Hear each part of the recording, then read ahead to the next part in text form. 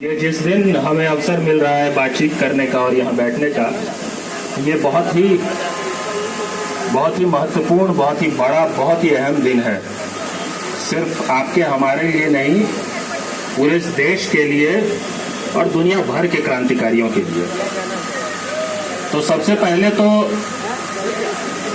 उस नारे से मैं अपनी बात की शुरुआत करना चाहता हूँ, जो नारा सबसे बड़ा प्रतीक है, जो नारा सबसे बड़ा प्रतीक है उन क्रांतिकारियों का जिनकी शहादत को आज आपने श्रद्धांजलि दी होगी, जिनको आज आपने नमन किया होगा, याद किया होगा। इनकलाब जिंदाबाद, इनकलाब जिंदाबाद, इनकलाब जिंदाबाद। दोस्तों, भगत सिंह राजगुरु और की शहादत को आज हम याद कर रहे हैं, नमन कर रहे हैं।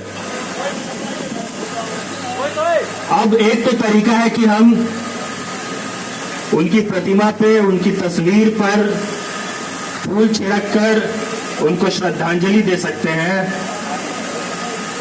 और एक जो हमने शुरू में नारा लगाया उस तरह से नारे लगा सकते हैं और ये मान सकते हैं कि आज हमने अपना काम कर दिया पूरा। लेकिन उन क्रांतिवीरों को श्रद्धांजलि देने का क्या सही तरीका हो सकता है, ये आपको सोचना चाहिए, हमको, आपको, थिंकिंग माइंड्स होने के नाते, कि अगर आज हम भगत सिंह, राजगुरु और सुखदेव को याद कर रहे हैं, उनको स्मरण कर रहे हैं, उनकी शहादत को याद कर रहे हैं, तो क्या तरीका होना चाहिए, सही तरीका। मेरे हिसाब से आप सहमत होंगे कि उनके विचारों को आत्मसात करने की कोशिश, या फिर ये मानना कि आज जब हम उनको याद कर रहे हैं, आज इस दौर में अगर वो होते तो वो क्या कर रहे होते, शायद ये भी एक तरीका है समझने का बेहतर कि उनको कैसे श्रद्धांजलि दी जा सकती थी। तो देखिए, आज अगर भगत सिंह होते तो असेंबली पे बम तो नहीं फेंक रहे होते, है ना, इंग्लैंड से नहीं लड़ रहे होते, किसी विदेशी ताकत से शायद नहीं लड़ रहे होते, बोरिस जॉनसन से तो नहीं लड़ रहे होते ना, क्वीन एलिजाबेथ से तो नहीं लड़ रहे होते। आज क्या कर रहे होते सोचिए। आज अगर भगत सिंह होते, और यहीं से निकलता है कि उनके प्रति सच्ची श्रद्धांजलि क्या हो सकती है। अगर हम मानते हैं, और ज्यादातर लोग कहते हैं अपने भाषणों में, बातचीत में, हम सब के डेली डिस्कशंस में ये आता है, और हम सब खुद को मोर और लेस मानते हैं कि हम भगत सिंह के अनुयायी हैं, मानते हैं ना, इसमें तो किसी को शक नहीं है। तो अनुयायी होने का मतलब, उनको श्रद्धांजलि देने का जो सही मतलब है, उसको समझने का बेस्ट जो तरीका है वो यही है कि थोड़ा सा इमेजिनेटिव होके ये कल्पना करने की कोशिश करिए कि आज बिल्कुल हाड़ मांस में वो लोग अगर आज होते, यहाँ पे आपके बीच बैठे होते, इस देश में होते, तो क्या कर रहे होते। ये तो आपने मान लिया, समझ गए कि भाई असेंबली में बम नहीं फेंक रहे होते, आज हम सब मानते हैं इस बात को, इसको लेकर तो कोई विवाद नहीं है, नहीं फेंक रहे होते। अब बोरिस जॉनसन से भी लड़ाई नहीं लड़ रहे होते, इंग्लैंड के खिलाफ भी लड़ाई नहीं होती। आज क्या करते, आज हमारे देश के जो नागरिक हैं, जो देशवासी हैं, उनके बेहतर जीवन, उनके उज्जवल भविष्य की कोशिश कर रहे होते, ये कर रहे होते। असहमत है तो बहुत बोल दीजिए नहीं कर रहे होते, सहमत है ना आप। और क्या कर रहे होते। भगत सिंह को जितना आपने पढ़ा होगा उससे आप समझेंगे कि आज शायद अंधविश्वास और अंधभक्ति के खिलाफ सबसे ज्यादा कौन लड़ रहा होता, अगर कोई होता जीवित तो भगत सिंह होते। आज तार्किकता पे सबसे ज्यादा कोई जोर दे रहा होता तो वो कौन होता, भगत सिंह होते। और ये सब सिर्फ इसलिए मत, जब मैं कोई भी बात कर रहा हूं तो ये मत सोचिए कि भगत सिंह कर रहे होते, ये हमारी आपकी बात इस वक्त हो रही है, असल में उनको हम बस रेफरेंस पॉइंट बना रहे हैं। और यहीं से निकलता है कि आप सही में आपने प्रेरणा ली है भगत सिंह से, या फोटो का इस्तेमाल कर रहे हैं। सही में प्रेरणा ली है अगर, तो आज जो हमारे देश में जाति धर्म को लेकर जो बंटवारा, जो बीज बोया जा रहा है और उसको दिन रात और गहरा किया जा रहा है, उसके नाम पे जो नफरत फैलाया जा रहा है, आप उसके खिलाफ लड़ रहे होते अगर भगत सिंह से प्रेरणा ले रहे होते। और आज भगत सिंह से प्रेरणा लेने वाले लोग देश के जो नौजवान हैं, जो युवा हैं, उनके भविष्य के लिए संघर्ष कर रहे होते। कोई भी जो भगत सिंह से प्रेरणा ले रहा है, वो किन बातों पे बात कर रहा होता? जिस डेमोग्राफिक डिविडेंड की आज हम लोग बात करते हैं ना, इकोनॉमिक्स बात करते हैं, आप लोग पढ़े लिखे नौजवान हैं, आप सब समझते हैं डेमोग्राफिक डिविडेंड क्या होता है, आप लोग समझते हैं वर्किंग एज पॉपुलेशन क्या होता है। इन डेमोग्राफिक डिविडेंड को, वर्किंग एज पॉपुलेशन को अर्थशास्त्री अत्यंत सकारात्मक दृष्टि से देखते हैं, मानते हैं कि भाई जिस देश के पास डेमोग्राफिक डिविडेंड है वो देश बहुत भाग्यशाली है, क्योंकि वो डेमोग्राफिक डिविडेंड वो जो नौजवान है जो देश की प्रगति में, खुशहाली में, विकास में सीधा योगदान कर सकता है, डायरेक्ट कंट्रीब्यूट कर सकता है। तो इंडिविजुअल लेवल पे जो कंट्रीब्यूट कर सकता है वही लोग कलेक्टिवली देश का विकास कर रहे होते हैं। तो देश का भविष्य असल में क्या है? देश का भविष्य असल में आपका जो भविष्य वही देश का भविष्य है। देश का भविष्य कुछ और नहीं है, डिस्कनेक्टेड नहीं है हमारे फ्यूचर से, मतलब ये। और अभी आपको लग रहा है कोई तर्क है तो फिर भगत सिंह से प्रेरणा लेते हुए आपको काट देना चाहिए इसको तर्क को, कि नहीं ऐसा नहीं है। तो क्या है कि जो आपका हमारा फ्यूचर है, इंडिविजुअल फ्यूचर, उन्हीं इंडिविजुअल्स के फ्यूचर से जो कलेक्टिव बनता है वही देश का फ्यूचर है। देश का फ्यूचर कुछ और नहीं है। बाकी जितना नैरेटिव गढ़ा जाता है, ताम झाम सुनाया जा रहा है दिन भर प्रोपेगेंडा मशीनरी के जरिए, वो देश का भविष्य नहीं है। भारत का भविष्य किसी को गाली देकर नहीं बनता है, वो चाहे किसी दूसरे देश को, किसी जाति को, किसी धर्म को, किसी पार्टी को, किसी को भी। भारत का भविष्य बनता है भारत के नौजवानों, युवाओं, पुरुषों, महिलाओं के भविष्य से। और आप लोग जो काम कर रहे हैं इस समय यहां बैठ के, तो सिर्फ इस भ्रम में मत रहिए कि कंपेंसेटरी अटेम्प्ट चाहिए क्योंकि कोविड के कारण अफेक्टेड है 2 साल का, इतना भर नहीं है। आप लोग इस देश के भविष्य के लिए संघर्ष कर रहे हैं, इसमें कोई कंफ्यूजन नहीं रखना चाहिए आपको। कुछ और असल में होता नहीं है देश का फ्यूचर। और आज जिस तरह के चैलेंजेस हम लोगों के सामने हैं, बहुत ही अलग अलग तरह का। और देखिए, आप में से कई इतिहास के छात्र होंगे जिन्होंने दुनिया का इतिहास पढ़ा है, और शिक्षित युवा वो नहीं होता है जो सिर्फ आंकड़ा याद कर ले और ये याद कर ले कि 1526 में फलाना आया था, इस साल वो युद्ध हुआ था, उस साल वो युद्ध हुआ था। ये याद है आपको तो इतने मात्र से आप शिक्षित नहीं होते हैं। शिक्षित होने का सही मतलब यह है कि इतिहास में जो उदाहरण हो चुके हैं वो जब आपकी आंखों के सामने फिर से हो रहा हो तो क्या आपको देखने की क्षमता है या नहीं है। अगर आपको वो नहीं दिख रहा, आपके आंखों के सामने घटित हो रहा है कुछ, तो आपने उस बारे में पढ़ाई कर रखी है किताबों में और आप उसको रिलेट नहीं कर पा रहे हैं। आज जो हो रहा है, आज हमारे देश में जो हो रहा है, ये पहली बार दुनिया में नहीं हो रहा है, दुनिया के कई देशों में इससे पहले हो चुका है, आप सबने पढ़ा है। और मेरा मानना है कि वो जो बड़ी लड़ाई है असल में, देख लीजिए, मैं आपको या आपके संघर्ष को छोटा नहीं करना चाहता हूं, मैं तो दिन रात रोजगार के ही आंदोलन में लगा हुआ हूं, लेकिन फिर भी मेरा मानना है कि आज जो वो जो बड़ी लड़ाई है, उस लड़ाई को लड़ने का काम भी आप जैसे लोग ही करेंगे जो इस देश के नागरिकों के, युवाओं के भविष्य के लिए संघर्ष कर रहे हैं। लोकतंत्र बचाने का काम लोकतंत्र बचाओ चीखने से नहीं होगा। लोकतंत्र बचाओ का काम देश के युवाओं के भविष्य का जो आंदोलन होगा उसी के जरिए हो जाएगा, खुद ब खुद हो जाएगा।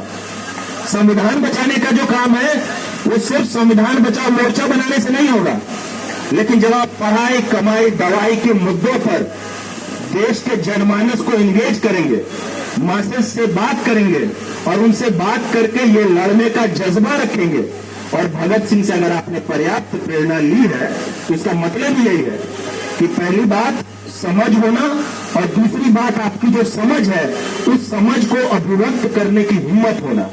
आज तो अपनी बात कहना जो है वो खुद में क्रांतिकारी एक्ट हो गया है। आज के समय में अपनी सच कहना ही एक मायने में रेवोल्यूशनरी एक्ट है। लड़ने की तो बात ही दूर है, लोग सच कहने से छुपते बसते हैं। और हम दूसरों की बात नहीं कर रहे हैं, हम आपके, हमारे परिवार की बात कर रहे हैं। ये संघर्ष को दूसरों के खिलाफ नहीं है।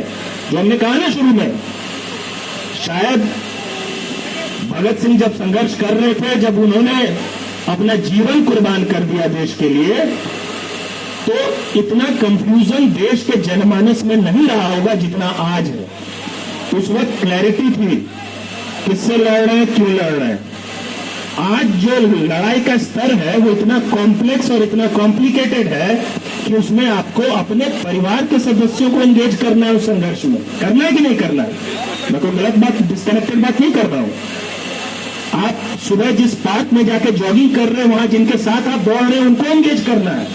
तो ये ज्यादा चैलेंजिंग काम है कि नहीं है? और ऐसे समय में जब सच बोलने वाले लोगों के साथ पता नहीं क्या क्या होता, आप लोगों ने बहुत दिलेरी और हिम्मत का काम दिखाया है। मैं बड़ा खुश हूं, बबीता जैसे नेतृत्व करने वाले लोग हैं, जो लोग मतलब ऐसे समय में कहीं बैठने नहीं दिया जा रहा देश में। आप समझ रहे हैं? मतलब बैठ के अपनी बात कहना ही मतलब क्रांतिकारी गतिविधि हो गई है। एक लोकतंत्र में जो कि मिनिमम होना चाहिए, तो मिनिमम पैरामीटर किसी डेमोक्रेसी का होना चाहिए कि भाई आपका कोई भी थॉट है, मान लेते हम असहमत ही सही, लेकिन अगर आप संवैधानिक लोकतांत्रिक ढंग से अपनी बात कह रहे हैं तो आपको अपनी बात कहने का अधिकार होना चाहिए। लेकिन आप यहाँ के लोगों से ही पूछ लीजिए, किसी बत्रा सिनेमा के पास इसी जगह पे पिछले 3-4 सालों में कितने लोग ये कर पाए हैं ये काम? इस दिल्ली में कितने लोग कर पाए हैं? इस देश में कितने लोग कर पाए हैं? ये कर पाना ही खुद में बहुत काबिले तारीफ काम है, जिसके लिए आप सबको सलाम करने की जरूरत है। अब जो छोटी सी बात मैं करूंगा, लेकिन एक मायने में महत्वपूर्ण है। देखिए, किसी भी कैंपेन में, किसी भी आंदोलन में मेरा मानना है कि सफलता तब मिलती है सही मायने में जब आप उन लोगों को इंगेज कर पाते हैं जो सीधे तौर पे आपकी मांगों से डायरेक्टली कनेक्टेड नहीं है, मतलब भुक्तभोगी जो नहीं है। जो आम सड़क चलते लोग हैं वो अगर सिंपथाइज करने लग जाए आपके साथ, उनकी सॉलिडारिटी होने, उनको लगने लग जाए कि नहीं ये बात तो ठीक कर रहा है, उनको लगने लग जाए कि इनकी बात तो सुनी जानी चाहिए, ये फर्स्ट स्टेप टुवर्ड्स सक्सेस है। ये नहीं होगा तो जितने भी डायरेक्टली अफेक्टेड जो भुक्तभोगी हैं वो सिर्फ इकट्ठा हो जाए, वो अपना ही इको चैम्बर बना के शोर करते रहे, नारे लगाते रहे, एक दूसरे को भाषण सुनाते रहे, लेकिन सफलता नहीं मिलेगी। मतलब ब्लंटली अगर मुझे ऑनेस्ट होना है तो मैं बता रहा हूं। तो इसलिए आपको यह समझना जरूरी है कि आप उन लोगों को भी इससे जोड़िए जो सीधे तौर पे अफेक्टेड नहीं है। मतलब मासेस को जोड़ने का कम्युनिकेशन तैयार करें, कैसे ज्यादा से ज्यादा लोगों को इसका हिस्सा बनाया जाए। और जिस दिन आपके प्रदर्शन, आपके आंदोलन से सरकार को, इस सत्ता को दिक्कत होने लग जाएगी, तो इनका मोडस ऑपरेंडी तो पिछले 7-8 साल में आपको समझ में आ गया होगा। मुझे बताने की जरूरत नहीं है कि ये क्या क्या करेंगे। सबसे पहले तो कहेंगे आपको किसी राजनीतिक पार्टी ने भड़का दिया है, स्टेप 1। जिस दिन दिक्कत होगी उस दिन स्टेप 2, कुछ न कुछ ऐसा कर दिया जाएगा। कोई एक ही कोई ऐसा आदमी करेगा जिसको आप जान भी नहीं रहे होंगे, और उसको आधार बना के आप सबको उपद्रवी बता दिया जाएगा। तो भाई हर प्रदर्शन में होता है, जिस प्रदर्शन से थोड़ी भी दिक्कत सरकार को होने लग जाए। हम लोगों को जनरली बड़े बड़े आंदोलन याद रहते हैं, किसान आंदोलन जैसा याद रहता है, लेकिन रोजगार को लेकर, सरकारी भर्तियों को लेकर इस देश में, लखनऊ में, इलाहाबाद में, पटना में, कई राज्यों की राजधानी में कई प्रदर्शन लगातार हुए हैं। हर प्रदर्शन में ये हो रहा है, ये बिल्कुल क्लियर पैटर्न है। और लास्ट में जो आप लोगों ने कोई ट्विटर कैंपेन चलाया होगा, लोगों को जोड़ने के लिए व्हाट्सएप ग्रुप बनाया होगा, उसी को टूल किट बता दिया जाएगा। ये भी होगा। इन चीजों के लिए तैयार रहिए। अगर आप किसी उस स्तर तक पहुंचा देते हैं जहां तक कि सरकार डिस्टर्ब हो जाती है, तो सरकार की प्रतिक्रिया ये नहीं होगी।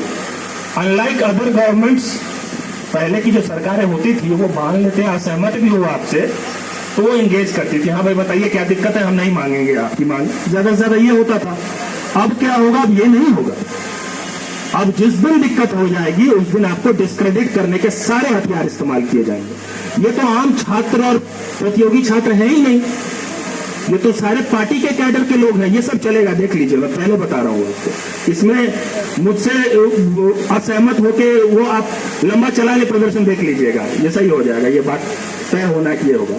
टूलकिट चला रहे हैं आप उपद्रवी हैं, आप कोई विकास रोकना चाह रहे हैं, और आप देशद्रोही हैं। लास्ट में वहां तक मामला पहुंच जाएगा। आप देशद्रोही हैं तभी आप सरकार से सवाल कर रहे हैं, और कोई तर्क तो है नहीं। क्योंकि इस देश में इस सरकार से, और एक साहब है ऊपर में जो, उनसे सवाल करने वाला हर आदमी राजनीति कर रहा है। इनका जो नैरेटिव है उसके हिसाब से वही एक है जो सत्संग कर रहे हैं, वो राजनीति नहीं कर रहे हैं। मतलब आप लोगों के ऊपर जो लोग राजनीति करने का आरोप लगाएंगे वो सब वो लोग होंगे जो दिन रात सरकार के नैरेटिव को प्रोपेगेट कर रहे हैं। वो पॉलिटिक्स लेकिन नहीं है उनके हिसाब से। वो धर्म का काम है, आप जो कर रहे हो वो राजनीति है, इस तरह की बातें चलाई जाएंगी। तो मेंटली प्रिपेयर रहने की जरूरत है इन चीजों के लिए। सिर्फ अपनी बात आज बड़ा कठिन, इसलिए मैंने कहा ना, आपने स्टेप 1 तक सक्सेसफुली क्रॉस कर लिया कि आप यहाँ बैठे हुए हैं और आपने एक वर्ग को थोड़ा बहुत जगा दिया, मीडिया तक, इंटेलिजेंसिया तक मैसेज पहुंचा दिया कि इस देश के नौजवान जो है विचलित है, परेशान है, अपने भविष्य को लेकर अंधकार में है, अनिश्चितता है उनको अपने फ्यूचर को लेकर। और देश का नौजवान अगर अंधकार में है अपने भविष्य को लेकर, तो देश का भविष्य भी अंधकार में है। इसका मतलब ये संदेश आपने पहुंचा दिया है। अब इस कैंपेन से ज्यादा बड़े स्तर पे, और सिर्फ उनको नहीं जो सीधे तौर पे भुक्तभोगी है, सिर्फ उनको नहीं, ज्यादा से ज्यादा लोग आपके कम्युनिकेशन से जुड़े, आपके साथ सॉलिडेरिटी रखें, आपके साथ सहमति रखें, कम से कम इतना महसूस करें कि आप सही बात कह रहे हैं। और स्टेप 2, ये जो सरकार के जो हथकंडे होंगे, तिकड़म होंगे, इनके लिए मजबूती से आप पहले से तैयार रहिए, मोटी चमड़ी बना के कि आप सही चीज के लिए लड़ रहे हैं तो अंजाम तक ले जाएंगे। एकाएक किसी दिन कुछ हो जाएगा, उस दिन डर घबरा मत जाइएगा, और वो कुछ भी हो सकता है, बिना बात के जो है कोई FIR भी हो सकता है, और ये डराने की साजिश होती है। जो डर गया वो मर गया, तो बहुत पुरानी कहावत है, दशकों पुरानी है, जो बॉलीवुड से हमारे देश में समाज के हर स्तर तक पहुंचा दिया गया, और वो बिल्कुल सही बात है। बस ये टेस्ट करने के लिए कि आप डरते हैं कि नहीं डरते हैं। अगर आप नहीं डरेंगे तो आप जीत जाएंगे, और हर प्रदर्शन में यही होता है, ये ध्यान में रखिएगा। देखिए, इस सरकार के खिलाफ खड़ा होने वाला कोई भी प्रदर्शन हो, आंदोलन हो, उसमें 3 ही बातें होंगी। पिछले 8 साल में यही हुआ है। एक भी उदाहरण आप उठा के दिखा दीजिए, मैं आपको गारंटी से कह सकता हूं, आप इन 3 कैटेगरीज में बांट सकते हैं। या तो सरकार से सवाल करने वाले लोग, अपने हक अधिकार की मांग करने वाले लोग डर जाते हैं, या फिर थक जाते हैं, या फिर जीत जाते हैं। यही 3 चीजें होती हैं। अब आपको तय करना है कि क्या आप डर जाएंगे, या थक जाएंगे, या जीत जाएंगे। तो यही 3 में से एक चीजें होंगी। और देखिए, आप लोग एक बहुत बड़े संघर्ष का पार्ट है, मैं कम से कम उस नजर से देखता हूं। मैं इस वक्त इस देश में जमीन पर उतरकर अपनी बात, अपने अधिकार की बात करने वाले हर व्यक्ति की जो लड़ाई है, हर व्यक्ति का जो संघर्ष है, उसको मैं एक लार्जर बैटल के रूप में देखता हूं।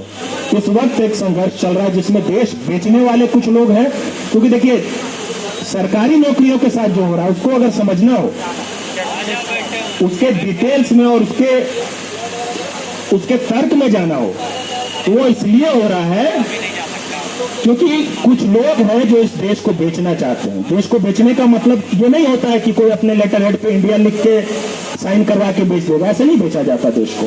देश को बेचने का मतलब ही होता है कि BSNL को बेच देना, पब्लिक सेक्टर बैंक्स को बेच देना, रेलवे को बेच देना।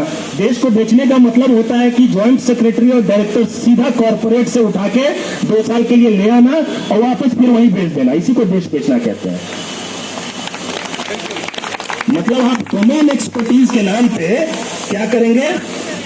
आपको पेट्रोलियम डिपार्टमेंट में ज्वाइंट सेक्रेटरी चाहिए तो आप कहां से लाएंगे? क्योंकि आपको डोमेन एक्सपर्टीज चाहिए तो आप उन लोगों से ही लाएंगे ना जिनका बिजनेस उस सेक्टर में है, उन्हीं कॉर्पोरेट के एम्प्लॉय को लाएंगे। डोमेन एक्सपर्टीज कह रहे हैं ना आप। वो आएगा, 2 साल के लिए आएगा, सरकार में काम करेगा, डिपार्टमेंट हेड का काम कर रहा है, सबसे इंपॉर्टेंट पोस्ट है वो ज्वाइंट सेक्रेटरी का, वो डिसीजन मेकर है। वो 2 साल कई फैसले लेगा और फिर वो वापस जाएगा। कहां जाएगा? वापस जहां से आया था। क्या करेगा वो 2 साल? कोई कंफ्यूजन है किसी के माइंड में कि जो किसी पूंजीपति की यहां नौकरी करने वाला 2 साल के लिए, तो यहां पर सिर्फ देश के राष्ट्रीय उपक्रम नहीं बेचे जा रहे हैं, देश चलाने का जो काम है ना उसको भी बेचा जा रहा है। तो जब ये होगा तो इसी का असर पड़ रहा है।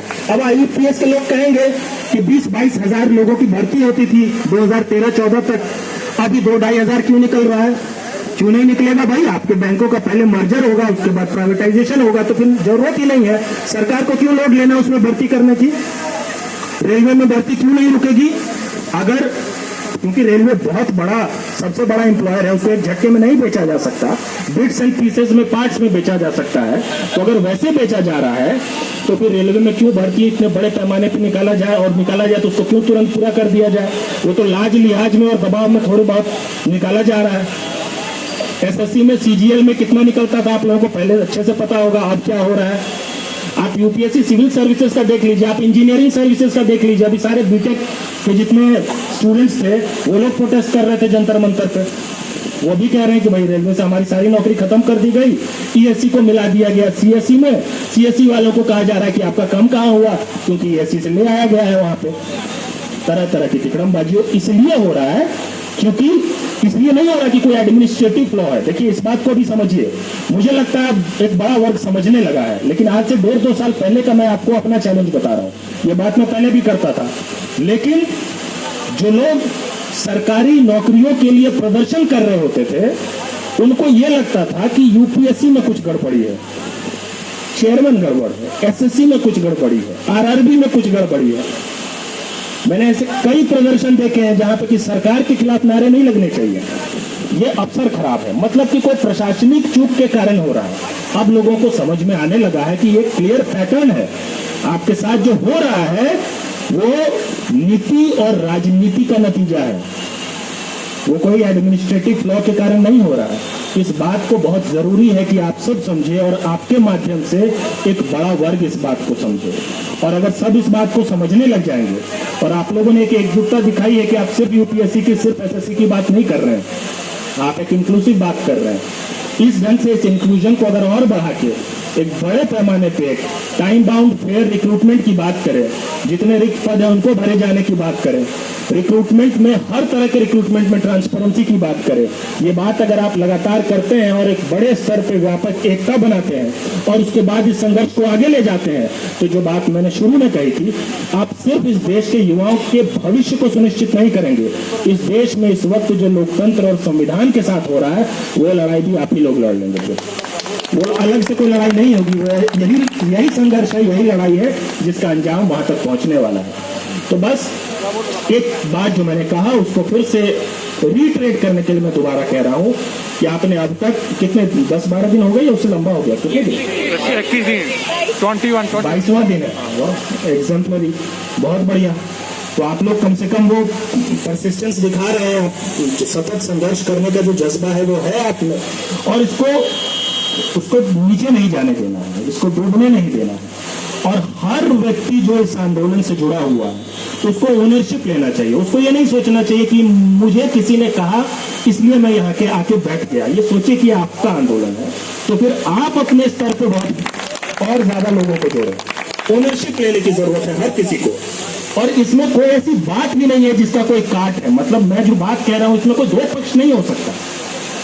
कोई कह सकता है कि भाई ठीक है भर्ती नहीं होनी चाहिए टाइम बाउंड ढंग से, कोई कह सकता है कि ट्रांसपेरेंसी नहीं होनी चाहिए यूपीएससी में। अब जो कह रहा है उससे क्या आप एंगेज करेंगे? कोई नहीं कह सकता इस बात को। इसका मतलब आपको बस अपनी बात को ज्यादा से ज्यादा लोगों तक पहुंचाना है, लोग खुद ब खुद इसका पार्ट बन जाएंगे। और अगर आप ले जाते हैं तो वही होगा जैसे मैंने कहा, अगर आप डरते नहीं है और थकते नहीं है तो आप जीत जाएंगे। बहुत बहुत धन्यवाद आपका, और मुझे अवसर देने के लिए, आप लोगों से बात करने के लिए विशेष रूप से धन्यवाद। इसको आप लोग मजबूती से आगे बढ़ाइए।